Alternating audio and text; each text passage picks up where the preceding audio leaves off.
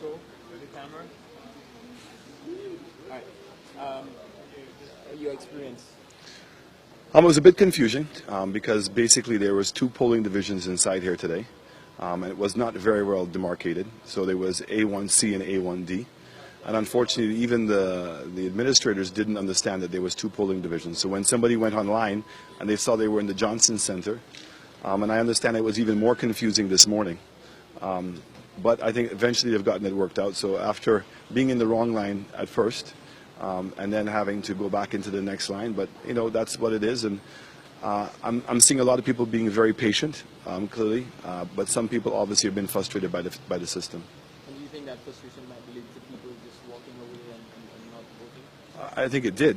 You know, but hopefully that's, you know, a very small few. I think that there's a tremendous amount of commitment here to get it done. And I've seen a lot of people go to great lengths to make sure their name was on the list and get it sorted out. Do you think that has a lot to do with the unpreparedness of the Prime Minister and also the Electoral Department? Well, you know, I think it's more to do with the continuous changes with the polling divisions. And so people get accustomed to one polling division. So we used to have Indies and there was also the Aquatic Center. And now everything's been subsumed into one. So once you do that, then there's always a learning curve initially. And I think it's something that they're obviously going to have to review.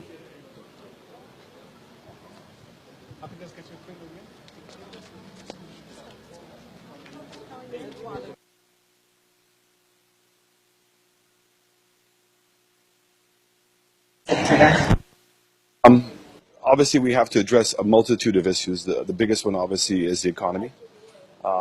Carrie Chris's report is due out any day now. And unfortunately, I don't think it's going to be good news. When we look at the tourism arrival numbers, we've seen a 20% decline in the cruise ship numbers. We've also seen a significant decline in our Canadian and our British market. So we're going to have to try to get that resolved as quickly as possible. Why is the campaign so nasty? I get the feeling that this campaign hasn't been about issues, it's been about personalities, and that the electorate has been forgotten in it. It's been a very nasty campaign. It doesn't seem to make any sense to anybody. Why? Well, I think that you're speaking to the wrong person because we actually have run a campaign on issues. We've only articulated these issues. We've stayed away from all the name calling. And we've dealt with the fact of Five to Stay Alive, which is about the people. So the fact is that this government has ignored the pensioners, they've ignored the unemployed, and they've ignored the people below the poverty line. So Five to Stay Alive specifically spoke to them. And again, it's only about staying alive. I mean, that's not going to be the solution in itself, but it's going to make life a little bit better. We've spoken about the government's lack of transparency on a lot of different issues. We've spoken about the fact that the blueprint for growth has not worked.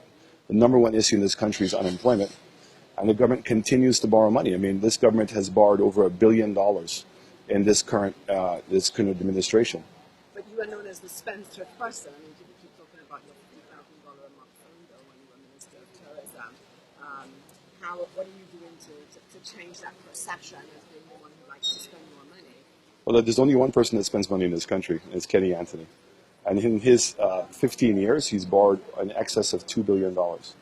As for my phone bill, I was really grateful that the Labour Party put it out, that my phone bill was $134,000 EC for 5 years. So certainly not $50,000 a month, and that was always an exaggeration, which I always knew it was.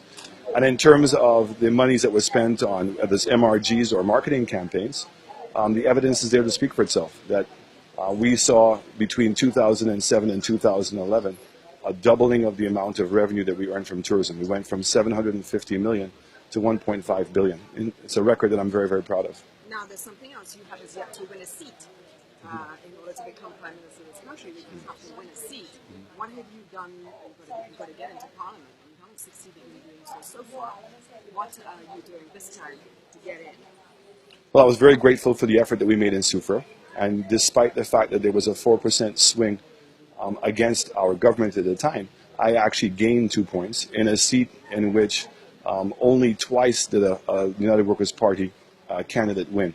So I was very, very proud. And the fact that all the polls had shown that I would have won Soufrière.